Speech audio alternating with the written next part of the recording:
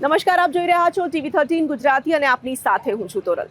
આ જગતનું સૌથી શ્રેષ્ઠ કાર્ય કયું? એ છે કોઈના પણ ચહેરા પર સ્મિત લાવવું। 55 વર્ષથી પણ વધુ સમયથી જે લોકોના ચહેરા પર સ્મિત લાવે છે તેવી વ્યક્તિ પ્રતિભા સાથે આજે આપની હું મુલાકાત કરાવવાની છું। હું વાત કરી રહી છું પદ્મશ્રી શાહબુદ્દીન રાઠોડની અને તેમની જીવન યાત્રાને આજે આપણે જાણીશું। તેમની જીવન યાત્રામાં તેઓએ કયા કયા પડાવો પાર કર્યા, સાથે સાથે કઈ પ્રતિકૂળતાઓને તેઓએ હસતા મુખે અનુકૂળતાઓમાં ફેરવી, એ તમામ બાબતો જાણીશું। શાહબુદ્દીન રાઠોડની શૂન્યમાંથી સર્જનની યાત્રાના આજે આપણે પ્રત્યક્ષદર્શી થઈશું।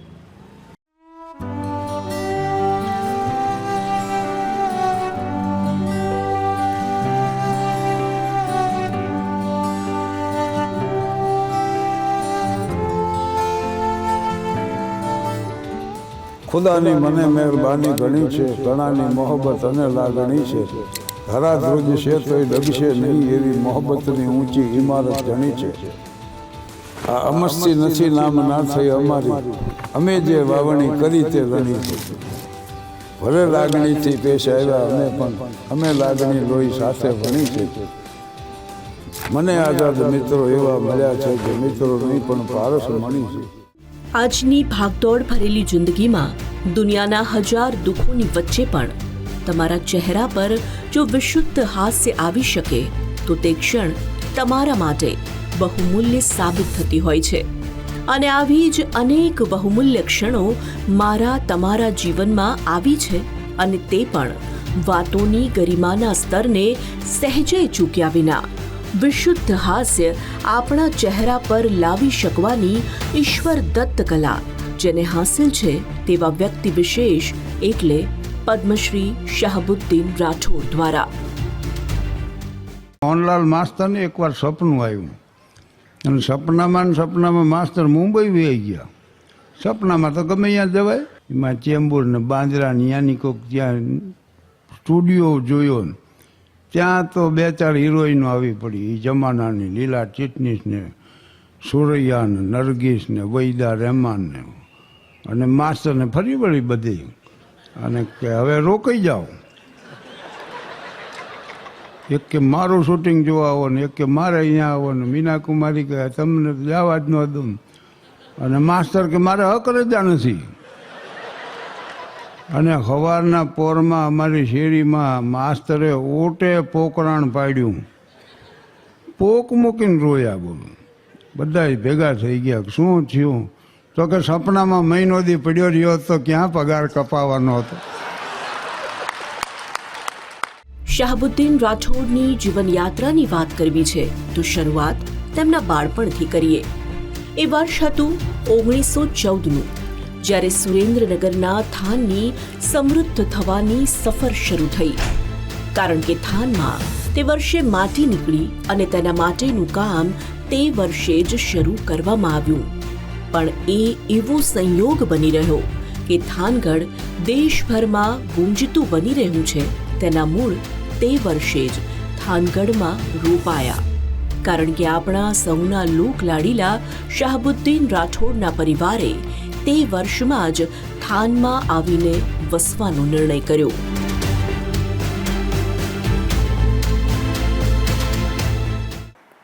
એટલે થોડીક વાત મારે કરવી પડશે વિસ્તારથી। જે સ્કૂલ ઓફ આર્ટમાં સિરેમિકના કોર્સ શરૂ થયા ને એ લેનાર પહેલા જ વિદ્યાર્થી મારા પિતા હતા। અચ્છા। એટલે 1914માં અહીં સોરાબ દલાલ ટ્રાયલ્સ વર્ક શરૂ થયો, કારણ કે થાનમાં માટી નીકળી। આ ગામની સમગ્ર સમૃદ્ધિ જે ગણો ને કે ખ્યાતિ ગણો તો એ આભારી માટીના છે। એટલે મારા પિતાને મુંબઈથી થાન લઈ આવ્યા, અને ત્યારે તો 500 માણસોની જ વસ્તી હતી ગામની, અને આ ગઢ જે રહ્યો ને અત્યારે ભગ્નાવશેષ દેખાય એની અંદર ગામ આવી જતું। અને ગામ બહાર બનેલું સૌથી પહેલું મકાન અમારું હતું, સ્ટેશન રોડ ઉપર, સિદ્દીક મંજિલ એનું નામ, સિદ્દીક અબ્બાસ મારા પિતાનું નામ, સિદ્દીકભાઈ અબ્બાસભાઈ, પણ સિદ્દીક અબ્બાસથી પ્રચલિત હતા। એટલે ત્યાં અમારું બાળપણ। 9 ડિસેમ્બર 1937ના રોજ જન્મેલા શાહબુદ્દીન રાઠોડને આજે તેમના 88 વર્ષના જીવનના પડાવે પહોંચ્યા બાદ પણ બાળપણના સંસ્મરણો વાગોળતા જોવા તે એક દિવ્ય અનુભૂતિથી સહેજે કમ નથી. તેમના બાળપણના અનુભવો અને તેમાં પણ અનેક પ્રતિકૂળતાઓને તેમણે કેવી રીતે હસતા અને હકારાત્મકતાથી સ્વીકાર્યા છે તેની છાંટ આજે તેમની અનુભવી આંખોમાં અને વાતોમાં જોવા મળે છે. પછી પરશુરામ શેઠે ખરીદી લીધી. પરશુરામ બળવંત ગણફોલે અને તળાવ હતું, મોટું તળાવ હતું. બે તળાવ ગામને પાદર, એક નાનું તળાવ ને એક મોટું તળાવ. આની કોઈ વાસુકીનું મંદિર અને ફરતા વૃક્ષો હતા, જે કાંઈ નહીં, મોટી ભેખડો હતી. અને અહીંયા અમારો બાલ્યકાળ, એ સિદ્દીક મંજિલ જે કહું સ્ટેશન રોડ ઉપર, ત્યાં અમારા બાળપણના મિત્રો, અને ત્યાં અમે બધી રમતો રમતા. હવે એમાં એ વખતે તો કબડ્ડીની રમત હોય. આપણો આખો ભારતીય સંસ્કૃતિ છે ને, એમાં રમતોથી માંડીને ઉત્સવ સુધી જુઓ તો જે આનંદનો ખર્ચ ઓછામાં ઓછો ચૂકવવો પડે ને એ સૌથી વિશુદ્ધ આનંદ છે. કહેવાય છે કે બાળપણમાં રમેલી રમતો, બાળપણના મિત્રો, તમને મળેલું વાતાવરણ અને તેમાં પણ તે સમયે વિકસેલા ગુણોનું પ્રતિબિંબ તમારા જીવન પર આજીવન વર્તાતું હોય છે. અને જાણે અજાણે તે બાળપણના ગુણો તમારા જીવનને મજબૂતાઈથી ઘડતા પણ હોય છે. આમ જ થયું શાહબુદ્દીનભાઈના જીવનમાં પણ. બાળપણથી જ મંચ માટેનો પ્રેમ તેમનો ખીલવા લાગ્યો હતો. પરશુરામ પોટ્રી શરૂ થઈને એટલે મહારાષ્ટ્રીયનોની સૌથી મોટી દેન હોય ને તો 62 વર્ષ સુધી ગણેશ ઉત્સવ આવ્યો. અને એમાં નાટકો થતા, શાસ્ત્રીય સંગીતના, સુગમ સંગીતના, ફિલ્મ બતાવવામાં આવતી, કલાકારોના કાર્યક્રમો, ભજનીકોના ભજનો, અને ઈશ્વર પેટલીકરને, જય ભીખોને, દુલાભાઈ કાગ કવિશ્રી, ત્યાં સુધીના આવતા વક્તાઓ અને કાર્યક્રમો આપતા. અને એમાં સ્કૂલ માટે દિવસ ફાળવવામાં આવતો. એટલે આ ગામમાં જન્મેલું બાળક હાલતા શીખે ને એની હારે હારે નાના તળાવમાં તરતા શીખે. હા, નાના હતા ને તો અમને આમ રાખતા પાણીમાં. મારી બા આમ રાખે પાણીમાં, ને પછી હું પગ હલાવું તે આટલા નાના બાળકો તરતા શીખી જતા. અને સ્ટેજ માથે કાર્યક્રમ આપતા શીખતા. કારણ બાળકોના માટે દિવસ ફાળવવામાં આવતો, એક રાત એના કાર્યક્રમો રહેતા. આટલા બાળકો સ્ટેજથી પરિચિત થઈ જાય. એટલે એ હાલતાય શીખે ને તરતાય શીખે ને કાર્યક્રમ આપતાય શીખે, એવું વાતાવરણ હતું. તે સમયે પણ શિક્ષણ તો મેળવવું જ જોઈએ તેમ તેમના પિતા માનતા અને તેમના સંતાનોને તે સમજાવતા પણ ખરા. શાહબુદ્દીનભાઈને શિક્ષણમાં રુચિ ખરી, પણ ગણિતના વિષય સાથે ખાસ નિસ્બત પહેલાથી નહોતી. અને તે અનુભવને પણ તેઓ તેમના ખાસ હળવા અંદાજમાં વાગોળી રહ્યા છે. એટલે બાળકોને સારું શિક્ષણ આપવું એ મારા પિતાની ઈચ્છા ખરી. અને તે દિવસે અમલદાર વર્ગમાં ગણાતા, મોટી આબરૂ હતી, સમૃદ્ધિ હતી, આમ ખાધે પીધે સુખી પરિવાર હતો. પણ ભણવામાં એવું હતું કે ગણિતમાં મને રસ નહોતો. હા, એ એક દાખલો વાર્ષિક પરીક્ષા પછી સુપરવાઇઝર લેવા આવતા, 1000માંથી 999 બાદ કરવાનું એવું ગણાયું એને. એટલે અમે 1000 પાટીમાં લખ્યા એટલે 999 કર્યા. અને એક દસકો લઈ અને 9 બાદ કરીને એકડો લખીને હું મૂંઝાઈ ગયો કે હવે શું કરવું એમ. 2 નવડા બાકીને ઉપર કાંઈ ન રહ્યું. તેથી કાંઈ એવી સમજણ નહોતી. પણ હું આમના મૂંઝીને બેઠેલો ને એમાં એ નીકળે ને એ સાચું પાડતા ગયા. કારણ કે એકડો તો લખ્યો હતો મેં. પણ ગણિત મને કોઈ દી ફાવ્યું નહીં. અને ગણિતમાં ફાવ્યું એટલે કલ્યાણજીભાઈ મને કહેતા કે તમારામાં પૈસા રળવાની આવડત નથી. મારા પિતાની જન્મભૂમિ કચ્છ, કલ્યાણજી આનંદજી મ્યુઝિક ડિરેક્ટર, એ કચ્છના. એટલે એ સંબંધ એમણે જાળ્યો હતો. હું એમને અહીંયા ઉતરતો પણ આવી ગણતરી કરવી કે આ તે સામાન્ય હોય તો એ મને એમાં ગતાગમ નથી. શાહબુદ્દીનભાઈએ શિક્ષણ કાર્ય વર્ષો સુધી કર્યું, પણ તેમણે પોતે શિક્ષણ મેળવવા માટે કેટલા તડકા છાંયડા જોયા તે જાણવું તેમના જીવનને સમજવા માટે જરૂરી બની જાય છે. બાળપણમાં સામે આવેલી આર્થિક પ્રતિકૂળતાઓને તેમણે સ્વીકારી અને તે આગળ વધતા ચાલ્યા. તે બાબત તેમના જીવન માટેના સકારાત્મક વલણને ઉજાગર કરે છે. પણ હું જ્યારે 53માં 5th પાસ થયો ને ત્યારે મ્યુનિસિપાલિટી એક ક્લાસ કર્યો હોય ખાલી, એટલે 6નો ક્લાસ.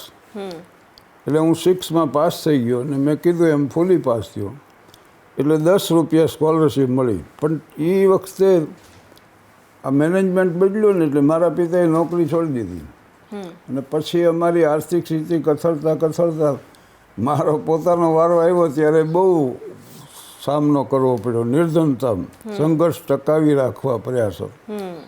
અને 30 રૂપિયામાં 2 ટાઈમ લોજવાળા જમાડતા, રવિવારે મિષ્ટાન પાછું. પણ મારું પોતાનું બજેટ મહિનાનું 20 જ રૂપિયાનું હતું. એટલે એમાં સાંજના ટંક માટે 2 આના હું ફાળવ્યો, 1 આનાના શેર જામફળ ને 4 આનાના ડઝન કેળા, 1 આનાના લઈને હું ધરી રહેતો પાછું, એવું હતું. તો આ રીતે ભણવામાં આ રીતે આખું વર્ષ પસાર કર્યું એમ. અને છતાં હું SSCમાં 2nd ક્લાસ પાસ થઈ ગયો. 55માં પાસ થયો, 56માં કોલેજમાં તો જઈએ કહ્યું હતું નહીં. એટલે એક્સટર્નલ પરીક્ષા ત્યારે શરૂ થઈ હતી ગુજરાત યુનિવર્સિટી, એટલે FYની એક્સટર્નલ પરીક્ષા. આમ કરતા કરતા તેમણે કોલેજ સુધી અભ્યાસ કર્યો અને પછી વાત આવી તેમની નોકરીની. તે વખતે કારકિર્દી માટેના બહુ ખાસ વિકલ્પ નહોતા અને જે વિકલ્પ હતા તેમાંથી તેમણે શિક્ષક થવાનું પસંદ કર્યું. પણ અદ્ભુત વાત એ હતી કે જે શાળામાં તેમણે તેમના જીવનની પહેલી નોકરી સ્વીકારી હતી તે જ શાળાનું હવે નામકરણ તેમના નામથી કરવામાં આવ્યું છે. આજે તેમની કારકિર્દીની પ્રથમ શાળા ઓળખાય છે શાહબુદ્દીન રાઠોડ પ્રાથમિક શાળાના નામથી. તમે થોડા તૈયાર થાવ 17-18 વર્ષ થાય એટલે પરશુરામ પોટ્રીમાં કામે ચડી ગયો. અને માની લો કે આ ન કરવું હોય તો કાં પ્રાથમિક શાળામાં શિક્ષક થાવ, કાં તલાટી કમ મંત્રી થાવ, આ જ વિકલ્પ હતો. એટલે મને તો આ થોડીક જરૂર હતી પૈસાની, એટલે મેં અરજી કરી તો મને ઓર્ડર આવ્યો. કાબરણ એટલે ચોટીલાથી 6 ગાંવ દૂર એક ગામડું છે, ત્યાં 56માં હું પ્રાથમિક શાળામાં શિક્ષક હતો. આજે ત્યાં મારો શિષ્ય જગદીશ ત્રિવેદી એણે રૂપિયા 25 લાખ ખર્ચીને મારા નામની સ્કૂલ બનાવી દીધી. શાહબુદ્દીન રાઠોડ પ્રાથમિક શાળા કાબરણ, એને શિક્ષણ ખાતાએ આવી શરત કરી હતી કે આ નામ રાખો તો હું સ્કૂલ બનાવી દઉં. વિચારો કે વિદ્યાર્થીનો તેમના શિક્ષક માટેનો કેટલો આદર હશે કે તેમના નામથી શાળાનું નિર્માણ કરાવવાનું મન બનાવે. વિદેશમાં સ્થાયી થયેલા તેમના ભૂતપૂર્વ વિદ્યાર્થી જગદીશ ત્રિવેદીના વિચારો આજે આ તકે જાણવા સ્વાભાવિક જ અનિવાર્ય બની જાય છે. गुरु गोविंद दोनों खड़े किसको लागू पाए, बलिहारी गुरु आपकी गोविंद दियो बताए. પદ્મશ્રી શાહબુદ્દીન રાઠોડ સાહેબના શિષ્ય હોવાનું મને અત્યંત ગૌરવ છે. મેં એમના આશીર્વાદથી 3000થી વધારે કાર્યક્રમો કર્યા, પણ મને આનંદ એ વાતનો છે કે એક પણ કાર્યક્રમ મેં એવો નથી કર્યો કે જેમાં મેં શાહબુદ્દીન રાઠોડ સાહેબને યાદ ન કર્યા હોય. પછી હું આફ્રિકામાં બોલતો હોઉં તોય ભલે, અમેરિકામાં બોલતો હોઉં તોય ભલે, અલાસ્કાની ક્રૂઝમાં બોલતો હોઉં તોય ભલે, કે પછી પાકિસ્તાનના કરાચીમાં બોલતો હોઉં તોય ભલે. એટલે મારા ગુરુ ખૂબ મહાન છે. એમણે એક જ વાક્યમાં મને ગુરુ મંત્ર આપ્યો છે કે સ્ટેજ ઉપરથી નીચે ઉતરી જજે, ક્યારેય તારી કક્ષાથી નીચે ન ઉતરતો. બસ આ એક જ વાક્ય મેં મારો જીવન મંત્ર બનાવ્યો છે અને એને અનુસરી અને મારી કલા રજૂ કરવાનો હું સતત પ્રયાસ કરતો હોઉં છું. મારા કલાગુરુ એમણે જ્યારે પહેલો કાર્યક્રમ આપ્યો 1969માં, ત્યારે તો હું માત્ર 2 વર્ષનો જ હતો, પણ એમણે ખૂબ દુઃખ જોયું છે, ખૂબ ભૂખ જોઈ છે, ખૂબ જ પીડા જોઈ છે, અને એટલા માટે જ કદાચ એ દરેક માણસને સ્પર્શે છે.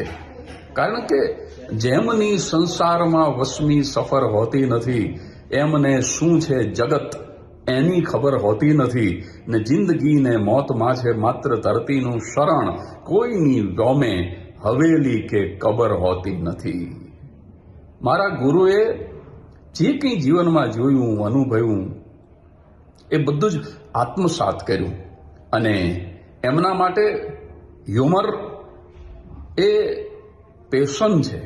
કારણ કે આજથી 50 કરતાં વધારે વર્ષ પહેલાંની વાત કરું તો એ વખતના નાટકોમાં, એ વખતની ભવાઈમાં, એ વખતના ચલચિત્રોની અંદર જે હાસ્ય રજૂ થતું એ સપાટી પરનું હાસ્ય હતું, સ્થૂળ હાસ્ય હતું.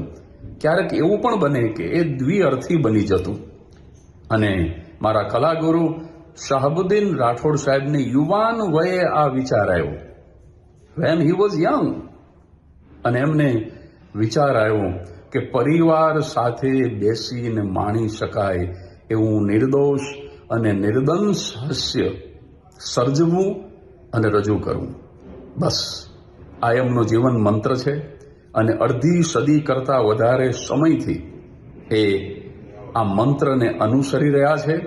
શરૂઆતમાં તો એ નાટકો લખતા, એ નાટકના લેખક હતા, નાટકના અભિનેતા હતા. શાહબુદ્દીન રાઠોડ સાહેબ હાસ્ય કલાકાર તરીકે વિશ્વવિખ્યાત છે, પણ એ માત્ર હાસ્ય કલાકાર નથી, બહુ મોટા ગજાના તત્વચિંતક, ફિલોસોફર છે. એ ખૂબ સારા લેખક છે, ખૂબ સારા મોટિવેશનલ સ્પીકર છે. અરે સાહેબ, સ્પિરિચ્યુઆલિટી ઉપર તમે એમને પૂછો તો એ સારામાં સારી રીતે રામાયણની, સારામાં સારી રીતે ભગવદ્ ગીતાની પણ વાતો કરી શકે એવા જ્ઞાની છે. અને તમને જાણી અને આનંદ થશે અને આશ્ચર્ય પણ થશે, શાહબુદ્દીન રાઠોડ સાહેબ બહુ જ સારા ચિત્રકાર છે. એમણે શિક્ષક તરીકેની પોતાની કેરિયરની શરૂઆત જ્યાંથી કરી, ચોટીલા તાલુકાનું કાબરણ નામનું ગામ, એની પ્રાથમિક શાળામાં એમણે શિક્ષક તરીકે શરૂઆત કરી. તો મને આનંદ એ વાતનો છે કે થોડા વર્ષ પહેલાં એ શાળા ખૂબ જ જૂની થઈ ગઈ, સ્વાભાવિક છે, 50 કરતાં વધારે વર્ષ પહેલાંની આ વાત છે. તો એ શાળાને પાયામાંથી જ બિલકુલ નવી ચણી અને હું સરકારને દાનમાં આપી શક્યો. અને સરકારશ્રીએ એ શાળાને નામ આપ્યું પદ્મશ્રી શાહબુદ્દીન રાઠોડ પ્રાથમિક શાળા. તો આ રીતે એમના શિષ્ય તરીકે હું મારી ભાવાંજલિ હું એમને સમર્પિત કરી શક્યો. બીજો એક અવસર મને ભગવાને આપ્યો. મેં 3 અલગ અલગ યુનિવર્સિટીમાંથી 3 વખત પીએચડી કર્યું છે, પણ મારું બીજું પીએચડી એ ગુજરાત વિદ્યાપીઠ અમદાવાદથી થયું. મારા માર્ગદર્શક હતા ડૉક્ટર ઉષાબેન ઉપાધ્યાય. પણ એમાં પણ તમને જાણીને આનંદ થશે કે મારું બીજું પીએચડી મેં મારા કલાગુરુ શાહબુદ્દીન રાઠોડ સાહેબ ઉપર કર્યું છે. એટલે આ રીતે હું મારા કલાગુરુ પ્રત્યેનો મારો પ્રેમ, મારો આદર હું અર્પણ કરી શક્યો. એ ખૂબ જ આનંદની વાત છે. જેટલો સમય તેમણે શિક્ષણ કાર્ય કર્યું, તેટલો સમય તેમણે કેવા વિચાર સાથે તેમના વિદ્યાર્થીઓને શિક્ષણ આપ્યું તે વિચારો પણ જાણવા આપણા માટે જરૂરી છે. કેવા ઉમદા આદર્શો સાથે વર્ષો સુધી તેમણે શિક્ષણની સેવા આપી તે શાહબુદ્દીનભાઈને વધુ ને વધુ આદરપાત્ર બનાવે છે. 13 વર્ષ હું શિક્ષક રહ્યો, 38 વર્ષ હું હેડમાસ્ટર હતો, 25 વર્ષ હેડમાસ્ટર હતો. એટલે 38 વર્ષ 4 મહિના મારા શિક્ષણ ક્ષેત્રે ગયા. એની ફલશ્રુતિ એટલી જ કે to educate the children means to love the children, Gurudev Rabindranath Tagore. આ ટાગોર આમ કહેતા કે બાળકોને શિક્ષણ આપવું એનો અર્થ એ કે બાળકોને ચાહવા. જી. મેડમ મોન્ટેસરી એમ કહેતા I do not know anything about the education but I love them all. શિક્ષણ વિશે કાંઈ જાણતી નથી, મેં મારા બાળકોને ચાહ્યા, મેં બધાને ચાહ્યા છે. અને એટલો, કારણ કે where there is love there is no problem. આ જો શિક્ષક અને વિદ્યાર્થી વચ્ચે જો પ્રેમ હોય ને તો સમસ્યા જ ન હોય. સાસુ વહુ વચ્ચે પ્રેમ હોય તોય સમસ્યા ન હોય, બાપ દીકરા વચ્ચે હોય તોય ન હોય. એટલે અને બીજું મેડમ એ કહેતા કે બાળકોને સમજાવવા પ્રયાસ ન કરો, સમજવા પ્રયાસ કરો. એટલે આ એક આખું પ્રકરણ શૈક્ષણિક સેવામાં મારી જિંદગીના 38 વર્ષ 4 મહિના ગયા. કાબરણની શાળામાં તેઓએ 6 મહિના ફરજ નિભાવ્યા બાદ નોકરી છોડીને તે મળેલા વેતનમાંથી આગળનો અભ્યાસ કર્યો અને તે અભ્યાસ પૂર્ણ કર્યો. બીએડ પણ થયા અને ત્યારબાદ તેમણે એમએનો અભ્યાસ શરૂ કર્યો, પણ તેને પૂર્ણ ન કરી શક્યા. અને તે સમય એ હતો કે નોકરીની સાથે સાથે તેમના કાર્યક્રમોની શરૂઆત થઈ હતી. એ સમય એવો હતો જેમાં તેમને જાણ થઈ કે તેમનામાં લોકોના ચહેરા પર હાસ્ય લાવવાની કુદરતી બક્ષિસ છે. વિચાર કેવી રીતે તમારા મનમાં આવ્યો કે તમે લોકોને હસાવી શકો છો? એ શરૂઆત કેવી હતી? તો એ અમે મિત્રો બધા ભેગા થાય ને તો હું બોલું એટલે બધા ખુશ થતા. એટલે મને આમ ધીરે ધીરે એમ થવા માંડ્યું કે હું બોલું છું એટલે ખુશી થાય. પછી થોડાક મુરબ્બીઓ બેઠા હોય ઈવડાઈ મને વળી આગ્રહ કરે કે એમાં રજૂ કરી. પછી અમે ભણતા ત્યારે નાટકો લખતો હું તો લખ્યા નાટકો મેં 5 લખ્યા ને ભજવાય ખરા. અચ્છા. અને સ્ત્રી પાત્રો વગરના નાટકો મળતા નહોતા એટલે મેં લખ્યા. પણ ત્યારે સ્ટેજ ઉપર એ કોમેડી રોલ જ કરવાનું આવતો. એટલે પછી ધીરે ધીરે મને ખ્યાતરી થઈ ગઈ, જ્ઞાનય થયું ને અનુભવે થયું કે લોકોને હસાવવાની ક્ષમતા છે મારામાં. અને બીજી વાત એ નક્કી કરી, એવી ધૂન હતી મનમાં 55 વર્ષ પહેલાંની કે આખો પરિવાર હારે બેસી માણી શકે એવું વિશુદ્ધ હાસ્ય સર્જ્યું. એમ કોઈ પણ જાતની વલ્ગારિટી લાવ્યા વગર. રાઠોડ સાહેબે વિશુદ્ધ હાસ્ય પીરસવાનું નક્કી કર્યું. એ એવો સમય હતો જ્યારે લોકો માનતા અને સમજતા હતા કે લોકોના ચહેરા પર ત્યારે જ હાસ્ય આવે જ્યારે તમે તેમની સમક્ષ ગરિમાનું એક પદ નીચે ઉતરીને વાત પીરસો. હાસ્ય નિર્લેપ, નિર્દોષ અને વિશુદ્ધ હોઈ શકે તે વાત લોકો માનવા તૈયાર નહોતા.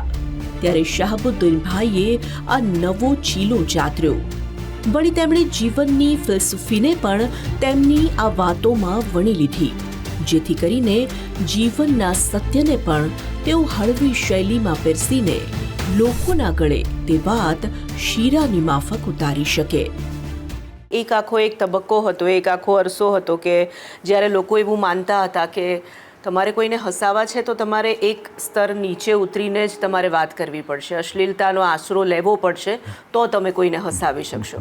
અને એ વખતે તમે આ ચીલો ચાતર્યો હતો કે તમે વિશુદ્ધ રીતે હાસ્ય આપી શકો છો, તેમાં પણ જીવનની વાતો છે એને પીરસીને આખા પરિવારને તમે જ્યારે એક સાથે બેસાડીને ચહેરા પર સ્માઇલ લાવી શકતા અને હજી સુધી તમે શિરસ્તો જાળવી રાખ્યો છે. એવો વિચાર, એની પાછળ કોઈ ચોક્કસ કારણ હતું? વલ્ગારિટી લાવ્યા વગરે આવું વિશુદ્ધ હાસ્ય સર્જી શકાય છે એટલું જ સાબિત કરવું. પણ એટલું નહીં, એની હારે જીવતરની વાતો વણી લેવી, આ બીજો ઉદ્દેશ હતો. દાખલા તરીકે આલ્બર્ટ આઇન્સ્ટાઈનને એક યંગ રિપોર્ટર હતો, એ મળવા ગયો અને પૂછ્યું કે sir, what is the meaning of life? જીવનનો અર્થ શું છે? એટલે આઇન્સ્ટાઈને કીધું, young man, life has no meaning at all. ઓલો તો નિરાશ થઈને હાલતો થયો અને એને પાછો બોલાવ્યો. અને આઇન્સ્ટાઈને કીધું કે young man, life has no meaning at all but you can give meaning to your life. જીવનનો કાંઈ અર્થ નથી પણ તમે જીવનને અર્થપૂર્ણ બનાવી શકો છો. અમે હાસ્યથી બનાવ્યું જીવનને અર્થપૂર્ણ. બીજા જુદી જુદી કલાની અભિવ્યક્તિ છે. એટલે એજ્યુકેશનનો અર્થ એ થાય છે કે ટુ બ્રિંગ આઉટ, એમાં જે કંઈ સદગુણ છે ને એને બહાર લાવવાની પ્રક્રિયા, એનું નામ શિક્ષણ. વ્યક્તિની ગુણવત્તાનું પ્રગટીકરણ, એનું નામ શિક્ષણ. સ્વામી વિવેકાનંદની વાત છે આ. અને આનંદ માટે વિનોબાજી એમ કહેતા કે આનંદ પ્રાપ્ત કરવા પ્રયાસ ન કરો, તમને જે આનંદ મળે છે એને વિશુદ્ધ કરવા પ્રયાસ કરો. અને આ વિશુદ્ધિની પ્રક્રિયાને એનું નામ જ અધ્યાત્મ. અધ્યાત્મની વાતો ઘણી થાય છે, ઘણી સાંભળી છે આપણે, પણ આ શ્રેષ્ઠ વ્યાખ્યા મને લાગે કે આનંદ વિશુદ્ધ થતાં થતાં એ પરમ આનંદ બની જાય છે. પરમ આનંદ પરમાર્થ સુધી જવાનો પંથ નિર્માણ કરશે. એટલે પછી પથિક તરીકે તમારે સાધક તરીકે ચાલવાનું. જીવનની ફિલસૂફીને પોતાની વાતોમાં વણી લીધી અને જીવનના સત્યોને તેઓએ સાદી ભાષામાં લોકભોગ્ય રીતે રજૂ કર્યા. કોઈ પણ વાતનો સુંદર સંદર્ભ અને ઉદાહરણ આપીને તે લોકો સમક્ષ મૂકતા અને તેનાથી તેમની એક અલાયદી અદા આ ક્ષેત્રમાં લોકોના માનસપટ પર અંકિત થતી ચાલી, જે આજે પણ અકબંધ જોવા મળી રહી છે. કે સત્યો છે ને એને હળવાશથી રજૂ કરો. દાખલા તરીકે એક મિત્રે મને પૂછ્યું, આમ મોટું ઓડિયન્સ હતું ને એમાં વળી ઊભો થયો ને, મારે સારા કામમાં થોડા પૈસા વાપરવા છે, તો શું કરવું? મેં કે જેના ઉછીના લીધા એને દઈ ગયો. હારામાં હારું આ એક જ કામ છે. અને જે આમ જુઓ ને તો જેનો વ્યવહાર શુદ્ધ એનો ધર્મ વિશુદ્ધ. પણ આવી બાબત સીધી ન કહું કહેવાય, તો એને આવા ઓલાથી એક હાસ્યરસિક ઉદાહરણ આપીને સમજાવ્યું. ગાંધીજીમાંથી પ્રેરણા મળી હાસ્યની મને. ગાંધીજી એમ કહેતા કે ગંભીરતા વગરનું હાસ્ય અને હાસ્ય વગરની ગંભીરતા બે વ્યર્થ. એટલે અમારા હાસ્યમાં ગંભીરતા આવે ને ગંભીરતામાં પાછું હાસ્ય આવે. કારણ કે જીવન જે છે ને અશ્રુ, હાસ્ય, સુખ, દુઃખ, ઉત્થાન પતન એનું સંમિશ્રણ છે. એમાં માત્ર વિષાદ નથી. એટલે શેક્સપિયરની તમે ટ્રેજેડી જુઓ તો એમાં કોમેડી આવે, કોમેડીમાં ટ્રેજેડી આવે. મર્ચન્ટ ઓફ વેનિસમાં એ કોમેડી આવે જ છે. રોમિયો જુલિયટમાં આવે છે, મર્ક્યુશિયો એનું પાત્ર એક આવે. તો મેં એ કર્યું કે હાસ્યમાંય કરુણમાં કરુણ પ્રસંગો રજૂ કરવાનો મેં પ્રયાસો કર્યા. શાહબુદ્દીનભાઈને મળીને, તેમને સાંભળીને તમને સમજાય કે સાચા ભારતીયની શું નિશાની છે અને સાચા હિન્દુસ્તાની કેવા હોય છે અને કોને આપણે કહી શકીએ. તમે પણ જેમ જેમ આ કાર્યક્રમ થકી તેમને સાંભળતા જશો તેમ તેમ તમારી આ માન્યતા દ્રઢ થતી જશે. એક પત્રકાર મને કે આ પૂછ્યું, નામ શાહબુદ્દીન અટક રાઠોડ, જાતિ કઈ? એટલે મેં કીધું નર જાતિ. પણ એમાં ઊંડી વાત એ છે કે મંદિર, મસ્જિદ, गिरजाघर को बांट लिया भगवान को, जमी आसमां को भी बांटा, मत बांटो इंसान को. तो मजहब नहीं सिखाता आपस में बैर रखना, हिंदी है हम वतन है हिंदोस्तान हमारा. આટલી વાત પૂરતી છે ભાઈ. મંચ પરથી સતત પોતાની વાત મૂકતી વખતે સાહિત્યકારોની વાત કે કવિઓ, લેખકોની વાત ટાંકવી કે પછી પ્રાચીન દોહા છંદ પણ લોકો સમક્ષ પીરસવા, લોકોના જીવનના અનુભવોને પીરસતા પીરસતા સંદર્ભ જોડીને વાત મૂકવી, તે ક્યાં સરળ છે? તેમને સાંભળીને હંમેશા તમામને લાગે કે આખરે તેમણે કેટલું ગહન વાંચન કર્યું હશે ત્યારે તેઓ આટલી વાતો પીરસી શકે છે. બહુ નાની ઉંમરમાં જ તમે આ શરૂઆત કરી દીધી, કારણ કે 55 વર્ષ પસાર થઈ ગયા છે લોકોને હસાવતા હસાવતા. ખૂબ વાંચન એ સમયે પણ કર્યું હશે? ના ના, એ એક સારો પ્રશ્ન છે. એમાં મોટી વાત એ છે કે વાંચને બહુ અગત્યનો ભાગ ભજવ્યો. લાઇબ્રેરીનો લાભ મળ્યો. 14 વર્ષથી મેં વાંચવાનું શરૂ કર્યું અને અત્યારે 88 છે, પણ કોઈ દિવસ એવો નથી ગયો કે મેં વાંચ્યું ન હોય કાંઈ. એટલે હું પહેલાં વિદ્યાર્થી હતો, પછી શિક્ષક થયો, પછી આચાર્ય થયો, હવે પાછો વિદ્યાર્થી તો શું જ હું, કારણ કે નવું જાણવાની વૃત્તિ એમને એમ રહી છે. વાંચનનો શોખ આમ તેમનામાં વિસ્તરતો ચાલ્યો અને વાંચનના શોખને તેમણે પ્રયત્નપૂર્વક ચોક્કસ દિશામાં વિકસાવ્યો પણ ખરો. અંદર પડ્યા છે 4 સંગ્રહો, એમાં એક કાવ્ય. હવે કોઈ કાવ્ય હું વાંચું અને મને એ પસંદ પડી જાય.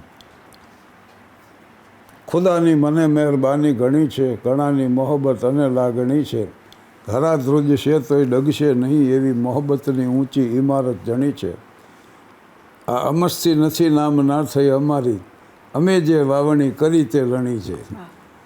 ભલે લાગણીથી પેશ આવ્યા અમે પણ, અમે લાગણી લોહી સાથે વણી છે. મને આઝાદ મિત્રો એવા મળ્યા છે જે મિત્રો નહીં પણ પારસ મણી છે. તો મને માનો કે ગમ્યું એટલે હું એની નોટ કરી લઉં અને પછી જ્યારે મને નવરાશ આવે ને ત્યારે હું એને કંઠસ્થ કરી લઉં.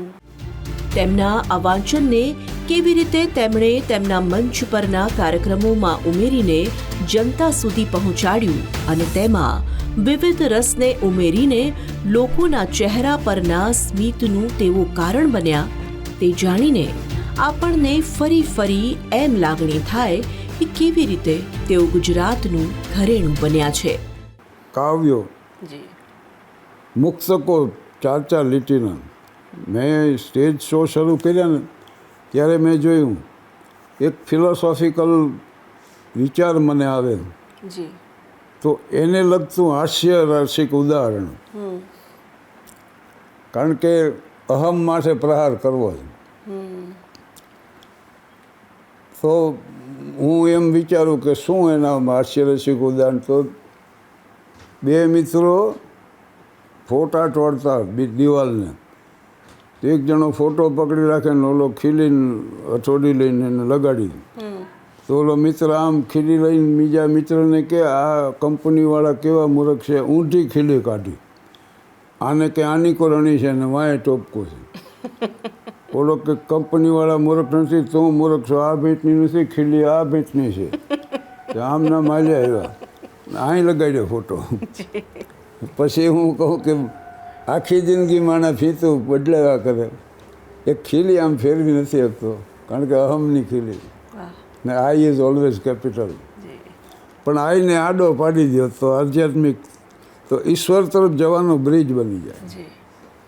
અગર હૈ શौक मिलने का तो हरदम लो लगाता जा, जलाकर खुद नुमाई को बसम तन पर लगाता जा.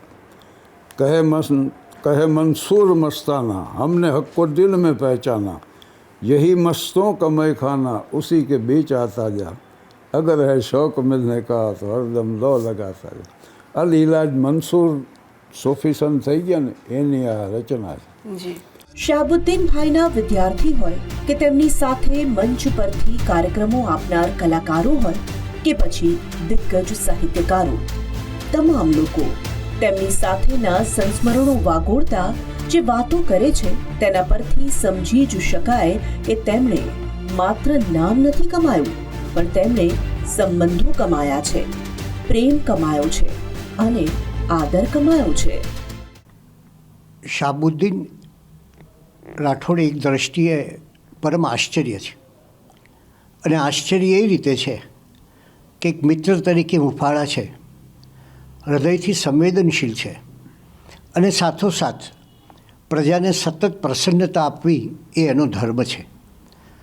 હાસ્યમાં ક્યાંય દ્વિઅર્થી ન હોય, ક્યાંય કોઈ બીજી વાત ન હોય, પણ હાસ્યનું એક સ્તર શાહબુદ્દીને ગુજરાતને આપ્યું છે. આવા હાસ્ય કલાકારો વર્તમાન સમયમાં પણ કદાચ શોધ્યા જડે નહીં. એ હાસ્યને એમાં એમણે એક ફૂટ આપ્યો, એ છે વાસ્તવિકતાનો. કોઈ પણ વાતને સરસ મજાની વળ ચડાવીને પ્રસ્તુત કરવી અને શ્રોતાઓ આમ એવા રસતરબોળ થઈ જાય કે કલ્પના ન કરી શકીએ. અને એ સાથે એમણે જે આ પૂટ આપ્યો, એક સત્યનો પૂટ આપ્યો કે હાસ્યની અંદર સત્ય, આ બધું શા માટે બન્યું. એક શાહબુદ્દીન પોતે શિક્ષક છે અને બીજા કે જીવનની તમામ કરુણાઓના બહુ મોટા જાણતલ છે. અમારી સાથે એકવાર ગુજરાત વિશ્વકોશ ટ્રસ્ટનો ગુજરાતી વિશ્વકોશ એ અમે કલકત્તામાં એનું વિમોચન રાખેલું અને રવિન્દ્ર ભવનમાં એના વિમોચન સમયે અમે શાહબુદ્દીનભાઈને કહ્યું, કારણ કે જ્યાં જ્યાં વસે ગુજરાતી અથવા જ્યાં જ્યાં ગુજરાતી ભાષા બોલાતી હોય ત્યાં શાહબુદ્દીનભાઈથી કોણ અજાણ હોય. અમે એમને અમારી સાથે આવવા કહ્યું. એ ત્યાં આવ્યા. એમણે એક સરસ પ્રોગ્રામ આપ્યો. પછી બન્યું એવું કે કલકત્તામાં બધા લોકો એમને નિમંત્રણ આપવા લાગ્યા, અમારે ત્યાં આવો, અમારે ત્યાં કાર્યક્રમ કરો, અમારા મંડળમાં આવો. મને યાદ છે કે 6 જેટલા કાર્યક્રમો એમણે આપ્યા, પણ ક્યાંયથી પુરસ્કાર ન લીધો. આ જે છે કે એક સંસ્કારી અને જેને કહીએ કે એક બહુ સાહજિક કલાકાર, આજે પણ તમે જુઓ કે આટલી પ્રસિદ્ધિ, આટલી સિદ્ધિ અને આટલી ક્ષમતા હોવા છતાં શાહબુદ્દીનભાઈમાં એ જ નમ્રતા, એ જ આનંદ અને એ જ પ્રસન્નતા છે. એમના વિશેના યાદગાર પ્રસંગમાં એવું છે કે એ આવે ત્યારે કોઈ વધારે અપેક્ષાઓ ન હોય એની. સામાન્ય રીતે આપણે કોઈ આવા મોટા કલાકારને બોલાવીએ ત્યારે સારો એવો પુરસ્કાર આપણે આપવો પડે, પણ એને કદી પુરસ્કારની તમાજ નથી કરી. એટલે એક એવો કલાકાર કે જ્યાં જાય ત્યાં ભળી જાય, એકરૂપ થઈ જાય. પોતાની જાત નોખી છે, અનોખી છે, જરા બધાથી કંઈક વિશિષ્ટ છે, એવું ક્યાંય એમનામાં જોવા ન મળે. એ મારી સાથેના પ્રવાસોમાં મેં જોયું. થાનગઢની અંદર હું ગયો, લોકોનો શું પ્રેમ, કે એક શિક્ષક માટેનો આટલો પ્રેમ હોય અને કોઈ પણ શિક્ષકની વાત આવે ત્યારે શાહબુદ્દીનભાઈની આંખમાં હું જોઉં તો એક પ્રકારના જળજળિયા આવે છે. તો આવા અનેક પ્રસંગો એમની સાથેના છે, ઘણા તાદાત્મ્યભર્યા પ્રસંગો છે. શાહબુદ્દીનભાઈની સાહિત્ય પીરસવાની કળાથી આપણા ચહેરા પર હાસ્યના રંગો પૂરાય છે અને સુંદર સંયોગ એ છે કે તેમને રંગો સાથેની પણ સારી એવી મિત્રતા છે. તેમના વાંચનના શોખની સાથે સાથે તેમણે રંગો સાથે પણ સારી એવી મિત્રતા કેળવી છે અને સમય મળતા તેઓ તે શોખને આજે પણ માણે છે. ના, પેઇન્ટિંગનો શોખ મને જન્મજાત, it's a gift of God all, એવું જ હું તો ગણું. કારણ કે બધા પેઇન્ટિંગ નથી કરી શકતા. હું પેઇન્ટિંગ કરતો ને તે એક નાનું બાળક આવીને બે એવું રોસ્ટપોસ્ટ મજાનું, મારો ભાણેજ જ હતો. પેઇન્ટિંગનો શોખ છે ને એ મારા માટે પ્રકૃતિ છે ને એ પરમાત્માનું વ્યક્ત સ્વરૂપ, અને પરમાત્મા પ્રકૃતિનું અવ્યક્ત સ્વરૂપ છે. એમાં તમને ઈશ્વરના દર્શન થાય પછી ક્યાંય જવું નહીં પડે એમ. એટલે બસ હાલ્યા કરે છે આ પેઇન્ટિંગનો ને વાંચવાનો શોખ છે, અને બાકી કાર્યક્રમો જવાનો આવવાનો, કાર્યરત રહેવું એટલો જીવનનો ઉદ્દેશ. પેઇન્ટિંગ તેમનો એક શોખ અને તેમાં ઉમેરાયું છે પુસ્તકો લખવાનું પણ કામ. શાહબુદ્દીનભાઈ એમ પણ કહે છે કે તેમનો લખવાનો વિચાર તો નહોતો, પણ અચાનક જ મિત્રોને આગ્રહને વશ તેઓ લખવાના પણ બંધાણી થયા. તો વસંતભાઈએ મને એક પત્ર લખ્યો કે તમે લખો, અને હું લખવાનું શરૂ કરું નહીં. પણ એને જ શબ્દ વાપર્યો છે, પ્રેમાક્રમણ. એટલે એને કીધું કે તમારી કોઈ વાત સાંભળવી નથી.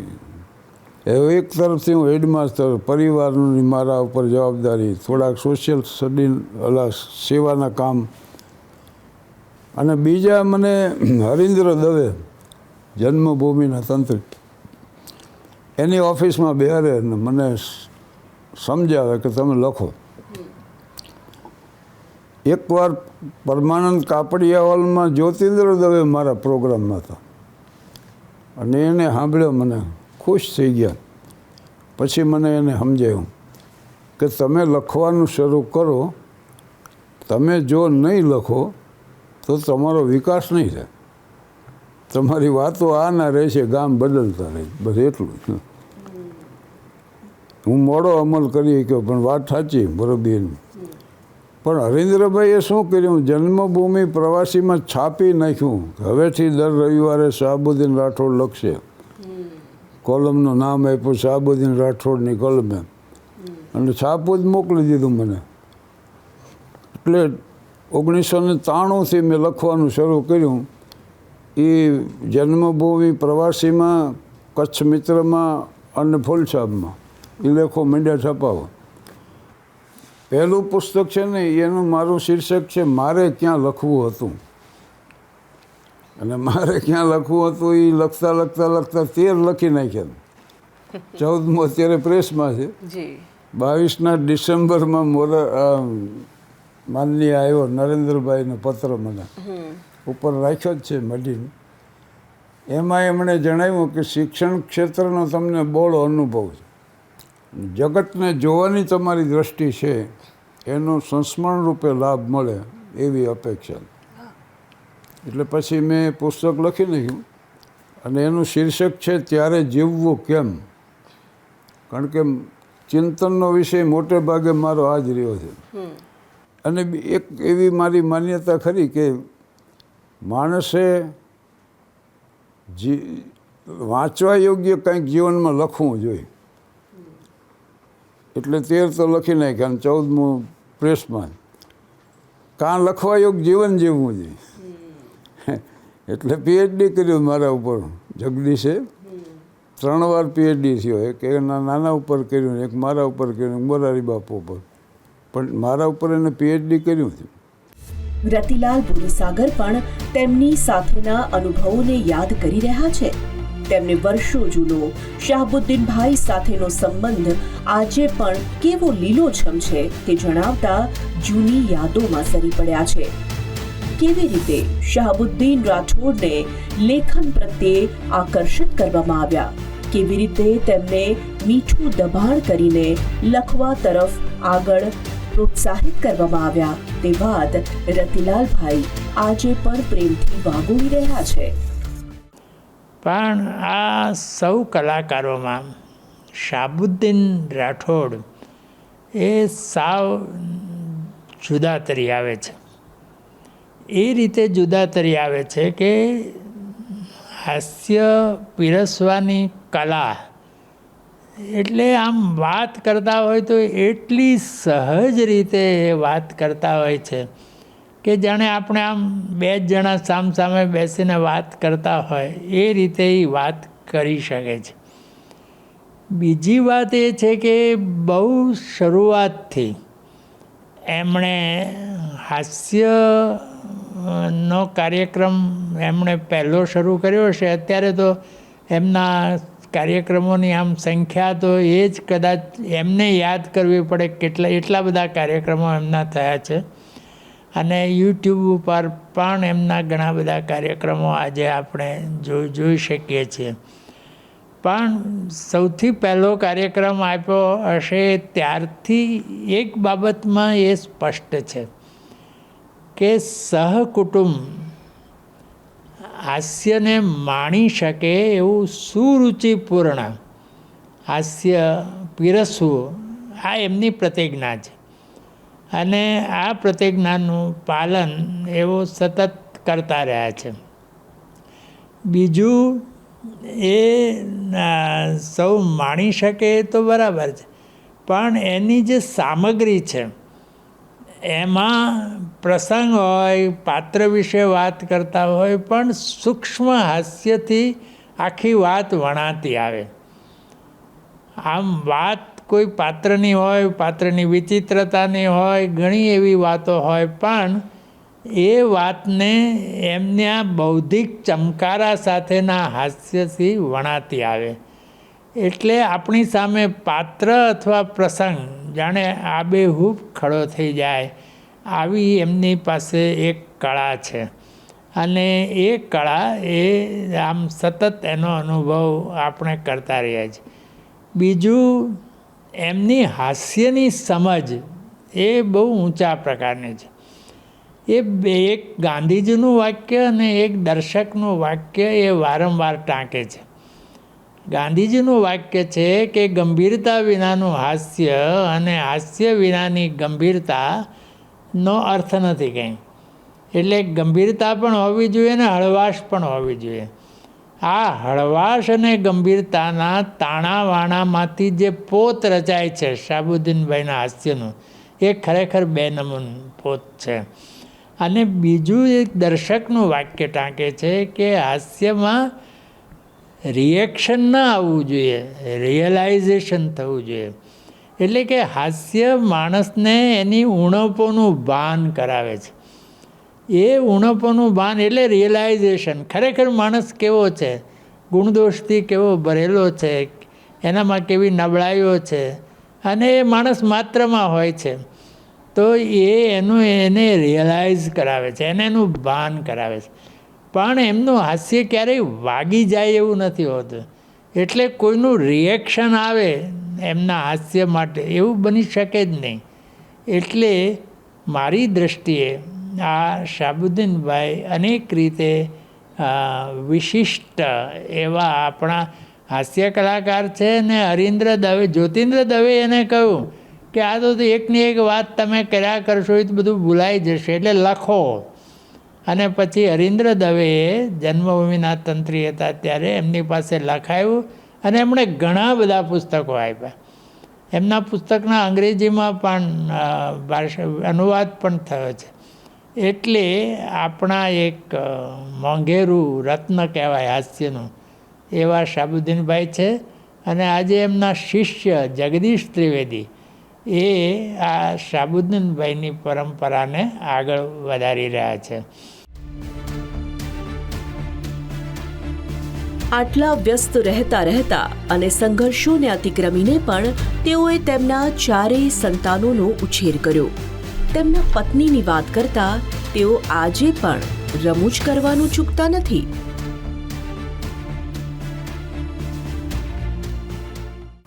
મારા લગ્ન થયા છે મુંબઈમાં, એટલે મુંબઈ હું ઘણીવાર મજાકમાં કહું કાર્યક્રમમાં કે હિન્દુસ્તાનમાં સૌથી વધુ મને લાગણી હોય તો મુંબઈ માટે, કારણ કે અહીંયા મારા લગ્ન થયા. બીજા બધે ઠેકાણે પ્રશંસા કરતા લોકો, બહુ સારું બોલો છો ને હસાવો છો ને આમ, પણ કદર કીધું મુંબઈએ કરી એમ.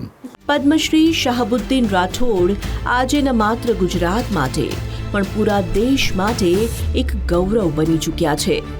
આપણું ગૌરવ બનેલા શાહબુદ્દીનભાઈને તેમના આટલા વર્ષોના પ્રદાન બદલ અનેક સન્માન પણ પ્રાપ્ત થયા છે.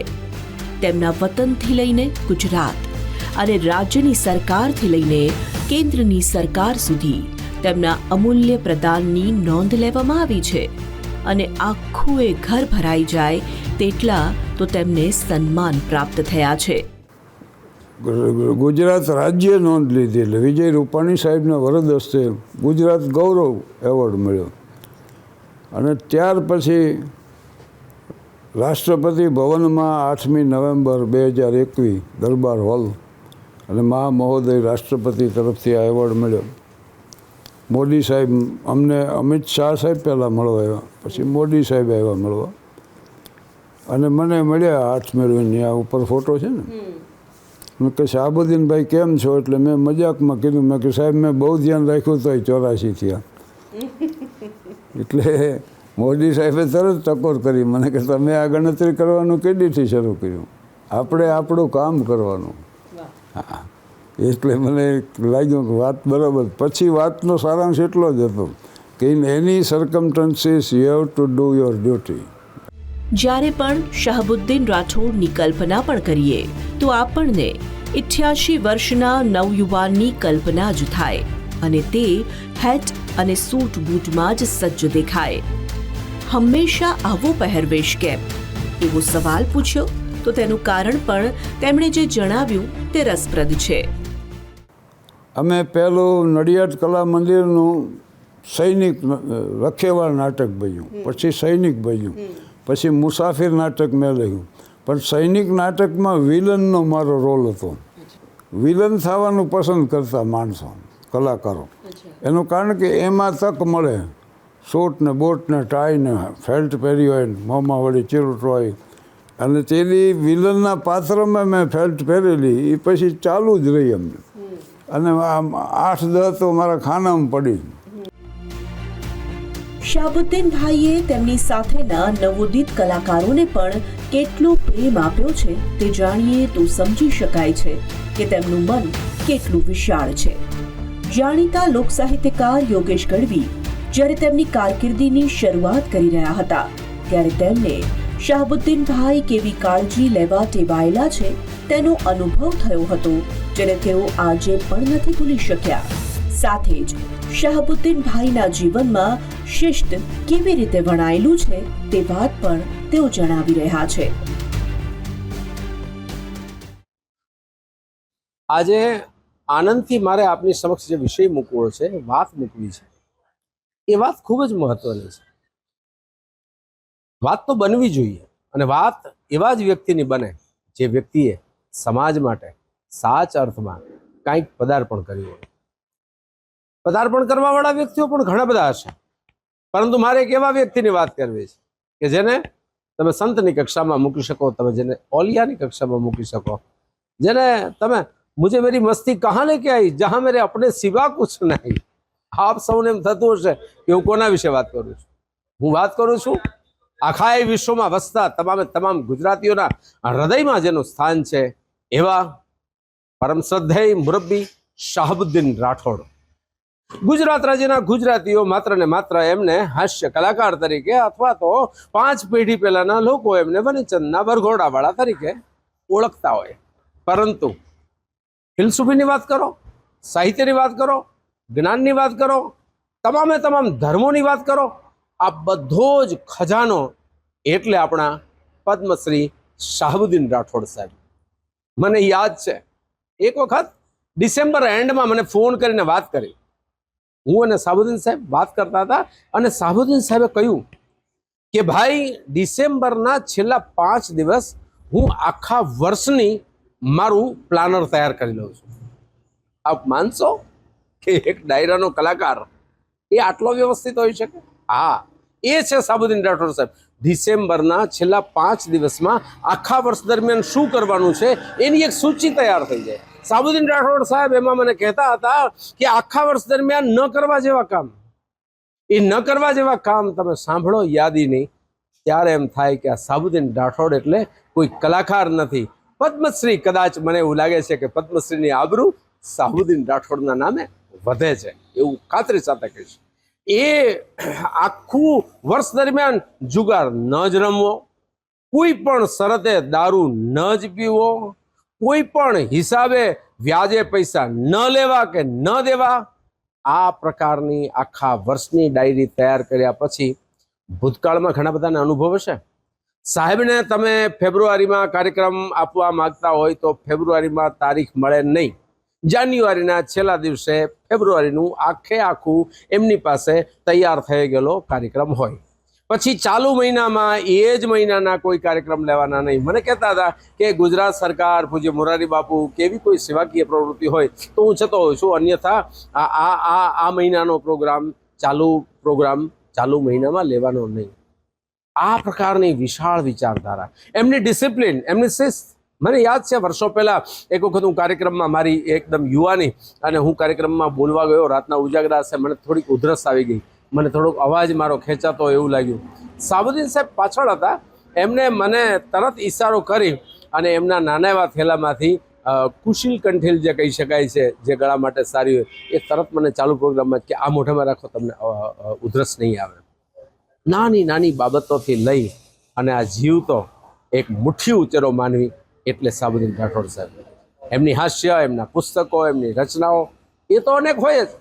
આજે કલાકારો ઉપર એવી વાત થાય છે કે કલાકારો ખૂબ પૈસા લે છે, ત્યારે શાહબુદ્દીન રાઠોડ સાહેબ પાસે એક નિયત કરેલો ભાવ છે કે આટલો ભાવ હોય એ જ લેવાય, એનાથી વધારે ન લેવાય.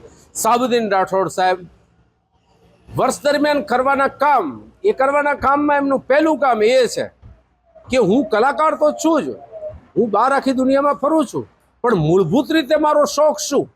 તો એ શોખ એમનો છે ચિત્રો દોરવાનો. શાહબુદ્દીન રાઠોડ સાહેબ બહુ સારા ચિત્રકાર છે, અને એ ચિત્રો પણ વર્ષ દરમિયાન ઓછામાં ઓછા 3 ચિત્રો બનાવવા જ એમનો વાર્ષિક પ્રોગ્રામના આયોજનમાં જોવા મળે.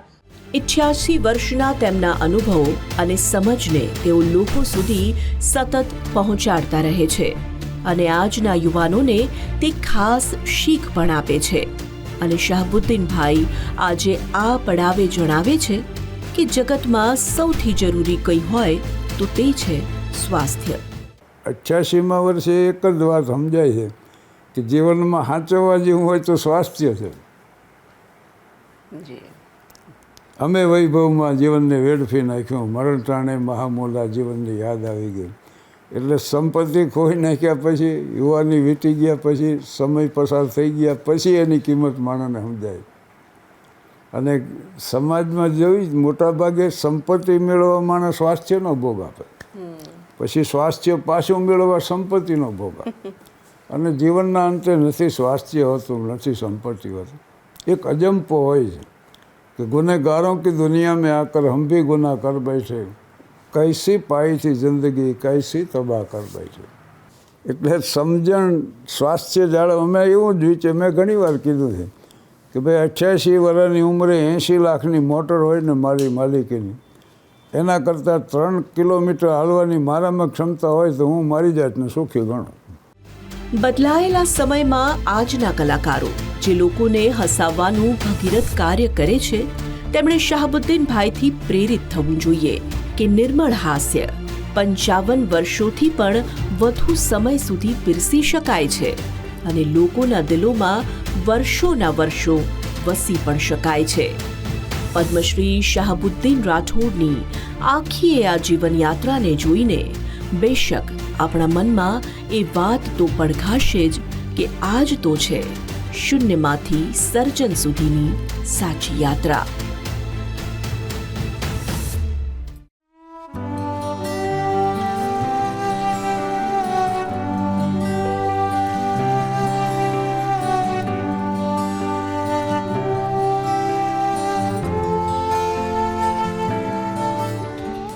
ખુદાની મને મહેરબાની ઘણી છે, ઘણાની મોહબ્બત અને લાગણી છે, ધરા ધ્રુજ છે તોય ડગશે નહીં એવી મોહબ્બતની ઊંચી ઇમારત ઘણી છે. આ અમસ્તી નથી નામ ના થઈ અમારી, અમે જે વાવણી કરી તે રણી છે. ભલે લાગણીથી પેશ આવ્યા અમે પણ, અમે લાગણી લોહી સાથે વણી છે.